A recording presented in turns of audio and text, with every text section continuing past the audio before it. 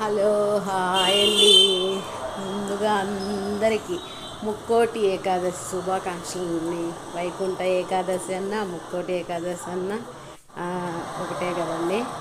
అందరికి నాకు ముక్కు చూసారండి. ఇదిగోండి మా ఇంటి ముందు అది చిన్న రథమేనండి, చిన్నది వేసానండి. బాగుందండి, నచ్చిందా? పానకం ఈరోజు చలిమిడి ఈరోజు ప్రసాదాలు అయితే పెసరపప్పు అండి. అవేనండి. ఇగోండి అటుకులు, ఇవి ఇంట్లో వేయించిన అటుకులు అండి.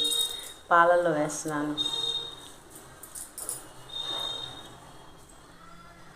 పంచదార కూడా వేస్తానండి.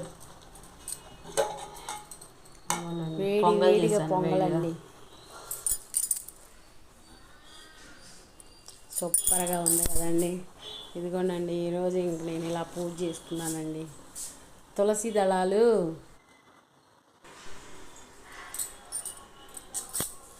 తులసి దళాల కోసం నేను విడిగా ఒక తులసి చెట్టు పెట్టుకున్నానండి. మనం పూజ చేసే చెట్టు కాకుండా మామూలుగా ఒక చెట్టు పెట్టుకున్నానండి.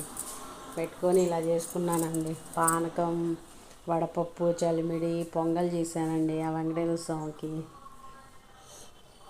అటుకులు పాయసం, అటుకులు పాలల్లో వేసానండి. ఆయనకంటే ఎంతో ఇష్టం కదండి. అవి మా ఇంట్లో మొన్న ఒడ్లు వస్తాయి కదండి, మరైపిచ్చారండి అటుకులు. ఈరోజు తీసానండి. ఇంకా ముక్కోటి వస్తుంది కదా, ఆ రోజు స్టార్ట్ చేద్దాంలే. మళ్ళీ నేను టచ్ కూడా చేయలేదండి. హారతి ఇచ్చేసేసి మా వారు నేను ఇంకా మాకు ఇక్కడ దగ్గరలో జగన్నాథ స్వామి గుడి ఉందండి, వెళ్ళి చక్కగా ఉత్తర ద్వార దర్శనం చేసుకొని వచ్చామండి.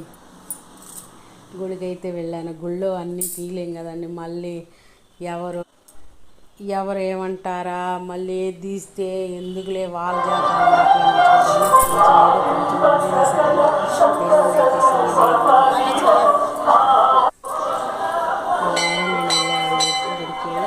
కొంచెం బయటకు వచ్చిన తర్వాత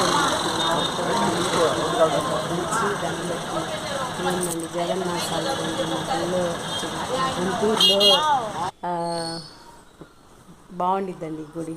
ప్రసాదాలు చూడండి ఎన్ని ఇచ్చారో, చూడండి ఎన్ని ప్రసాదాలు పెట్టారో గుళ్ళో. అన్ని రకాల ప్రసాదాలు పెట్టారండి. మేమైతే ఇంటికి వచ్చేసి ఇక ప్రసాదాలు తిన్నామండి.